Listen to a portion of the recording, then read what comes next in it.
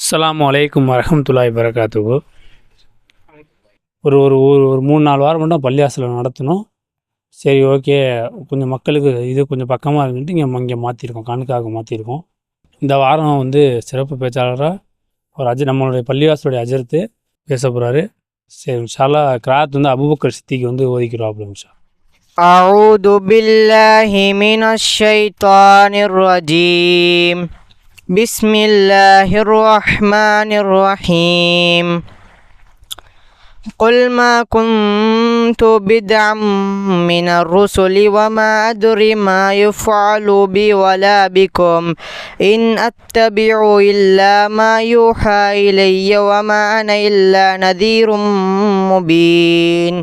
قل أرأيتم إن كان من عند الله وكفرتم به وشهد شاهد من بني إسرائيل على مثله فآمن واستكبرتم إن الله لا يهدي القوم الظالمين. السلام عليكم ورحمة الله وبركاته. الحمد لله الذي وكفى والصلاة والسلام على رسوله سيد المصطفى وعلى آله وصحبه أجمعين أما بعد. قال الله تعالى: يا أيها الذين آمنوا اتقوا الله حق تقاته ولا تموتن إلا وأنتم مسلمون. قال نبينا صلى الله عليه وسلم: كل بني آدم خطاؤون وخير خطائين التوابون، أو كما قال عليه الصلاة والسلام. அல்லாஹ் சுப்ஹானஹு வ தஆலா இந்த உலகத்தில் ஒரு மனிதனுக்கு கொடுத்த ஆகப்பெரிய பாக்கியம் என்னன்னா அல்லாஹுவை வணங்கக்கூடிய பாக்கியம்தான். இந்த உலகத்தில் எத்தனையோ மனிதர்கள் இருக்காங்க, எத்தனையோ அறிவாளிகள் இருக்காங்க, அறிவு சார்ந்த மக்கள் இருக்காங்க. ஆனால் அல்லாஹ் ரப்புல் ஆலமீன் அல்லாஹுவை வணங்குறதுக்கு, அல்லாஹுவை பற்றி பேசுவதற்கான பாக்கியத்தை நம்ம கொடுத்துருக்கான். இப்போ நபி ஸல்லல்லாஹு அலைஹி வஸல்லம் சொன்னாங்க, சொர்க்கத்தோட பூஞ்சோலைன்னு சொன்னாங்க. இது போன்ற சபைகள் என்னன்னா சொர்க்கத்தோட பூஞ்சோலையாம். சொர்க்கத்தோட பூஞ்சோலையை கண்டா நீங்கள் என்ன செஞ்சுக்கிங்க, மேய்ந்து கொள்ளுங்கள்னு சொன்னாங்க. சஹாபாக்கள் கேட்டாங்க, யா ரசூலல்லாஹ் சொர்க்கத்தோட பூஞ்சோலைனா என்ன?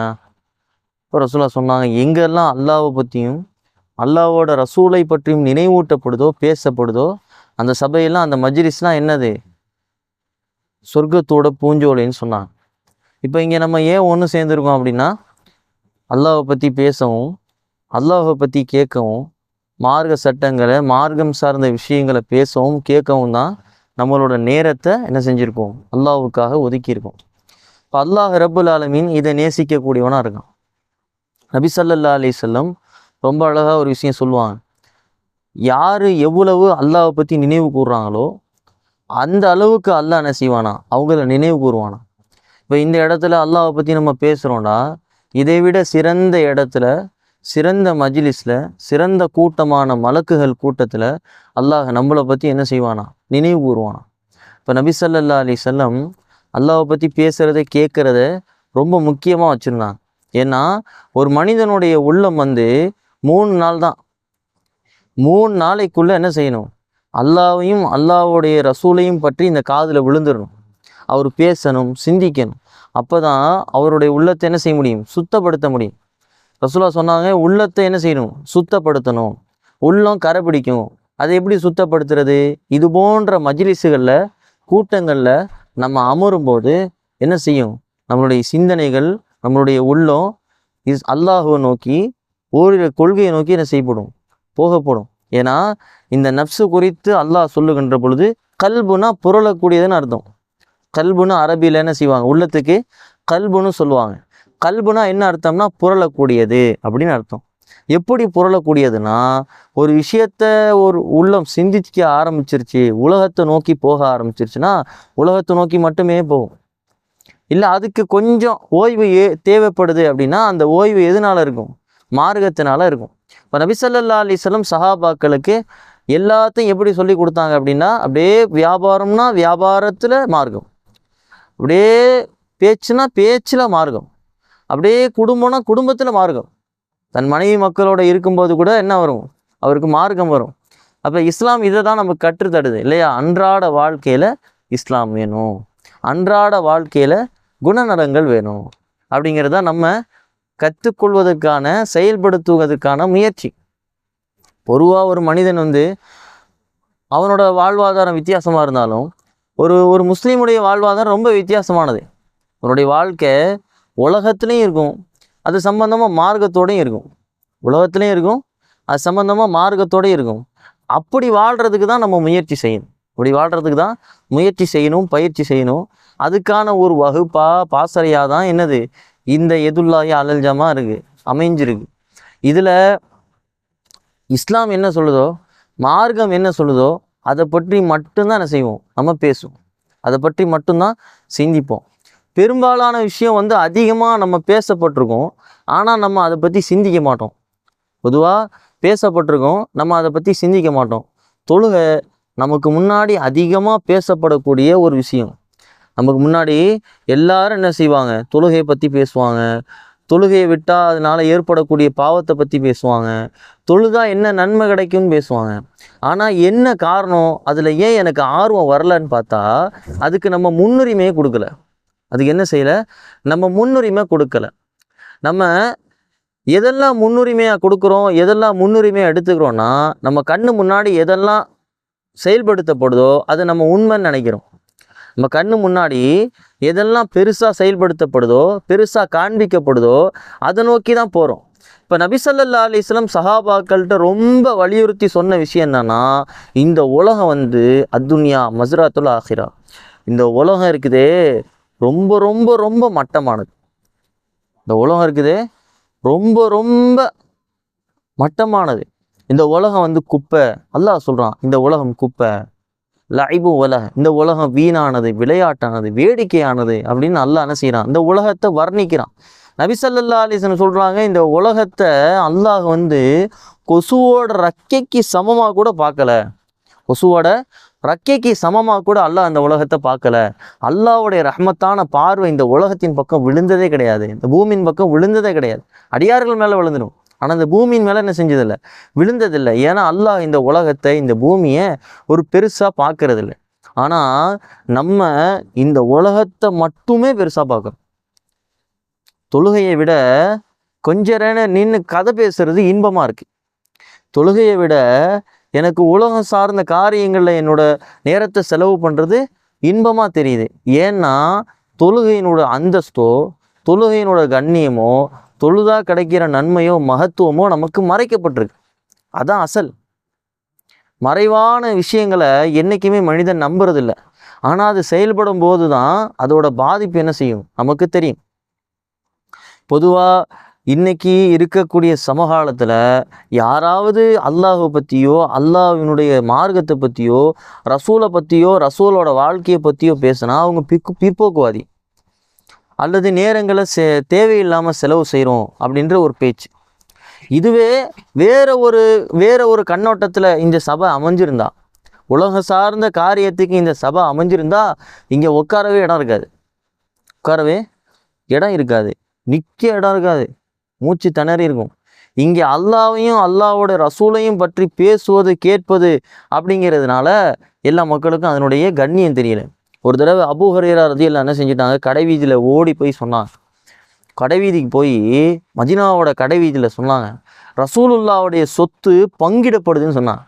ரசூலுல்லாவுடைய சொத்து பங்கிட்டு கொடுக்கப்படுது அப்படின்னு சொன்னாங்க.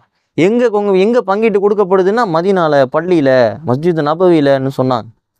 எல்லாம் வேகமாக ஓடி பார்த்தாங்க. கொஞ்சம் பேர் குர்ஆன் ஓதுனாங்க, கொஞ்சம் பேர் அல்லாஹ் பற்றி, அல்லாஹ்வுடைய ரசூலை பற்றி, மார்க்கத்தை பற்றி பேசிக்கிட்டு இருந்தாங்க, கொஞ்சம் பேர் திக்ரு செஞ்சுக்கிட்டு இருந்தாங்க. இப்போ மக்கள் பார்த்துட்டு, என்னங்க சொத்துலாம் பங்கிடப்படுதுன்னு சொன்னீங்க, இங்கே பார்த்தா குர்ஆன் ஓதுறாங்க, திக்ரு செய்கிறாங்க, அல்லாஹ் பற்றி பேசுகிறாங்கன்னு சொன்னாங்க. அப்போ அபூ ஹுரைரா ரலியல்லாஹு சொன்னாங்க, இதுதான் ரசூலுல்லாவுடைய அனந்தர சொத்து, இதுதான் ரசூலுல்லாவுடைய சொத்துன்னு சொன்னாங்க. இப்போ நபி ஸல்லல்லாஹு அலைஹி வஸல்லம் சொத்து அப்படின்னா எது? இந்த மார்க்கம் தான்.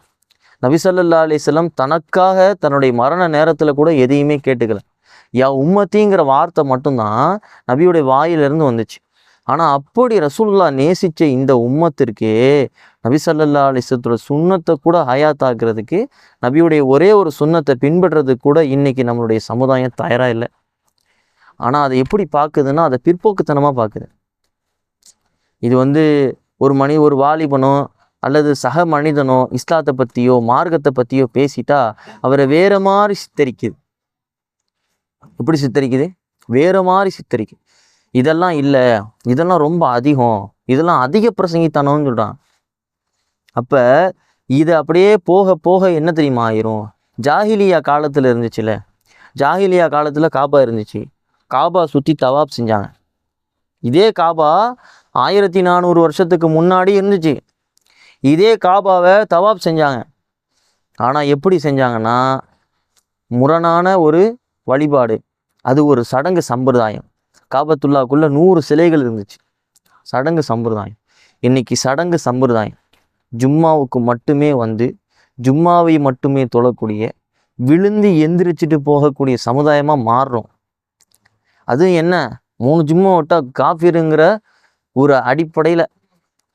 ஆனால் ஒரு தொழுகை விடுறவரே காஃபிருன்னு பத்தவை கொடுத்துட்டாங்க, அது வேற விஷயம். ஆனால் இன்னைக்கு அப்படி போயிடுச்சு. இன்னைக்கு உலகம் அப்படி போயிடுச்சு. நம்ம அதை நோக்கி போகக்கூடாது. நம்ம எப்போவுமே சொல்கிறது ஒரே ஒரு விஷயந்தான், இஸ்லாமும் வாழ்வாதாரமும் வேற வேற கிடையாது. நீங்கள் மார்க்கத்தையும் உலக வாழ்க்கையும் வேற வேறன்னு பிரித்து பார்க்குறீங்க. ஆனால் மார்க்கமும் வாழ்க்கையும் ஒன்று தான். அதை எப்போ நம்ம ஒன்றா சேர்த்து பார்க்குறோமோ அப்போ தான் இபாதத்தில், வணக்க வழிபாடுகளில் நமக்கு என்ன செய்யாது, அசட்டை வராது. அசட்டை வராது. வியாபாரத்தில், கொடுக்கல் வாங்கல, பேச்சில், நடத்தையில், ஆடையில், முடியில், செருப்பு போடுறதுல, சாப்பிட்றதுல, தண்ணி குடிக்கிறதுல, இது எல்லாத்துலேயும் மார்க்கம் இருக்குது. ஆனால் நம்ம எதை மார்க்கமாக நினைக்கிறோம் தெரியுமா? தொழுகா அல்லது மற்ற விஷயங்களில் ஈடுபட்டா இதை மட்டும்தான். பிற மக்களுக்கு நம்ம மேலே இருக்க கண்ணோட்டம் என்ன தெரியுங்களா? ரம்ஜான் வந்தால் தொழுவாங்க, ரம்ஜான் வந்தால் நோன்பு வைப்பாங்க, அப்புறம் பெருநாள் தொழுவாங்க, அப்புறம் பக்ரீத் வரும், பக்ரீத்தில் ஆடுகளை அறுத்து குர்பானி கொடுப்பாங்க, கறிகளை பங்கிட்டு கொடுப்பாங்க. இதுதான் வெளி மக்களுக்கு நம்மளை பற்றின செய்தி, தெரிஞ்ச செய்தி. இதான் ஒரு மூமினோட வாழ்க்கை, ஒரு இஸ்லாமியனோட வாழ்க்கை. இது மட்டும்தானா? இது மட்டுமா ஒரு இஸ்லாமியனுடைய வாழ்க்கை? அவங்க தர்காவுக்கு போவாங்க, அவங்க மசூதிக்கு போவாங்க. இப்படி தான் வெளிப்படையான கண்ணோட்டம். ஒரு முஸ்லீம் பொய் சொல்ல மாட்டாங்க, ஒரு முஸ்லீம் என்ன செய்ய மாட்டான், புறம் பேச மாட்டாங்க, ஒரு முஸ்லீம் அடுத்தவங்களுடைய பொருளுக்கு சொத்துக்காக ஆசைப்பட மாட்டான். ஒரு மூமினுடைய ஆடை இப்படி தான் இருக்கும். அவனுடைய பேச்சு அழகானது, அவனுடைய நடத்தை அழகானது, அவனுடைய தொழுகை முறை. எதுக்காக தொழுகிறான்? அவன் தொழுகிறான்? தொழுகை சலாம் இருக்கே, அந்த சலாமுக்கு அவ்வளோ கண்ணியம் இருக்குது. சலாம் சொல்கிறோம் இல்லையா, அதுக்கு அவ்வளோ ஒழுக்கங்கள் இருக்குது, நிறைய விஷயங்கள் மார்க்கத்தில் இருக்குது. ஆனால் வெளிப்படையான மக்களுக்கு இதெல்லாம் தெரியுமா சொல்லுங்கள்? வெளிப்படையான மக்களுக்கு நம்மளை பற்றின பார்வை தீவிரவாதின்னு சொல்கிறாங்க. இவங்கெல்லாம் தீவிரவாதின்னு சொல்கிறாங்க. ஏன் சொல்கிறாங்க அப்படின்னா, அப்படி சித்தரிக்கிறாங்க, கட்டமைக்கிறாங்க. ஆனால் நம்மளோட வாழ்வாதாரம் அப்படிப்பட்டதா சொல்லுங்கள்? ஒரு மூமின், ஒரு முஸ்லீம் யாராவது ஒருத்தருக்கு உதவி செஞ்சா அது நபி ஸல்லல்லாஹு அலைஹி சொல்கிறாங்க, அவர் யாருக்காவது கஷ்டப்படுறவருக்கு கடன் கொடுத்தாலோ உதவி செஞ்சாலோ, அவர் யாராக வேணா இருக்கட்டும், அல்லாஹ் ரப்புல் ஆலமீன் அவரோட கஷ்டத்துக்கு உதவி செய்வான் அப்படின்னு நபி ஸல்லல்லாஹு சொன்னாங்க. ஒரு நாய்க்கு தண்ணீர் கொடுத்தா சொர்க்கம் இஸ்லாம் சொல்லுது. ஆனால் அப்படிப்பட்ட ஒரு முஸ்லீம் எப்படி பிற உயிரை மதிக்காமல் இருப்பார்? அப்போ இதை யார் மாற்றணும்னு நம்ம தான் மாற்றணும். நம்மளோட வாழ்க்கையில், நம்மளோட வாழ்வாதாரத்தில், நம்ம சந்திக்கக்கூடிய சக மனிதர்கள்கிட்ட நம்ம எப்படி இருக்கோம்? நம்ம பேசுகிறோமா? நமக்குள்ள அல்லாஹ் பற்றி, ரசூலை பற்றி பேசிக்கிறதில்ல. நம்ம எப்படி பிற மக்கள்கிட்ட போய் பேசுவோம்?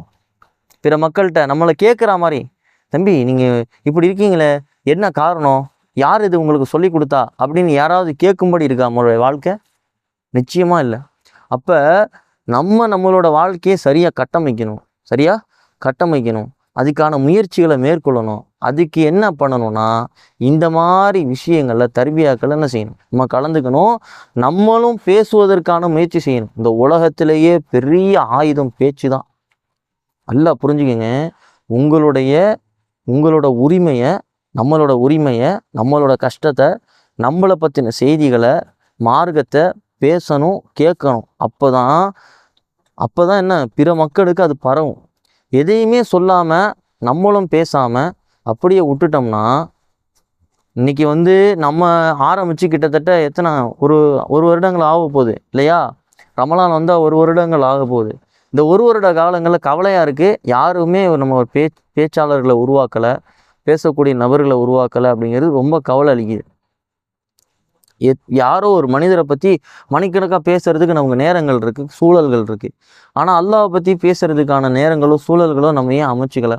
இன்ஷா அல்லாஹ் அதுக்கு என்ன செய்யும், சரியான கட்டமைப்புகளை கொடுப்போம், சரியான விஷயங்களை தேர்ந்தெடுப்போம். இங்கே நம்ம செய்ய வேண்டியது என்னன்னா, நம்ம கேட்கறதோடு மட்டும் போகாமல் நம்ம வாழ்க்கையில் அதை பின்பற்றுவதற்கான முயற்சிகள் செய்யும். நம்ம சொல்கிறது ரொம்ப சுலபம், கேட்கறது ரொம்ப சுலபம், அதை வாழ்க்கையில் கொண்டு வர்றது கஷ்டம். அதை எடுத்தோடனே செய்யணும்னு இல்லை, கொஞ்சம் கொஞ்சமாக படிப்படியாக கொஞ்சம் கொஞ்சமாக முயற்சிகள் செஞ்சாலே போதும். இப்போ காலையில் இத்தனை மணிக்கு உங்கள் வாழ்க்கையில் முன்னேற்றம் வேணுமா, நீங்கள் காலையில் இத்தனை மணிக்கு எந்திரிக்கணும்னு யாரோ ஒருத்தர் சொல்கிறார். ஆனால் இஸ்லாம் சொல்லுது ஃபஜ்ர் தொழுவுங்க, அல்லாஹ் உங்கள் வாழ்க்கையில் பரக்க செய்வான். இது ரசூலுல்லாஹ் சொன்னார். அதை கேட்கறதுக்கு எனக்கு உள்ளம் தயாராக சொல்கிறாங்கல்ல.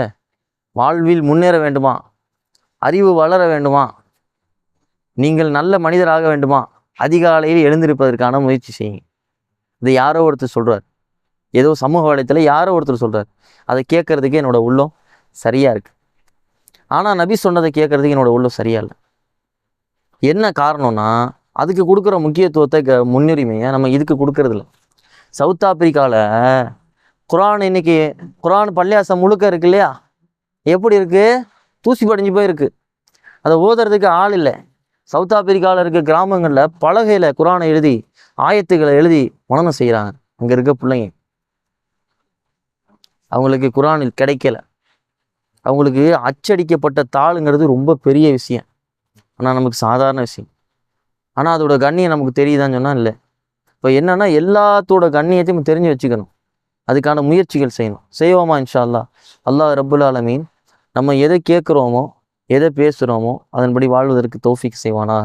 வாஹிர் தஅவானா அல்ஹம்துலில்லாஹி ரப்பில் ஆலமீன். கஃப்ரா தாகா உதுவாப்பு.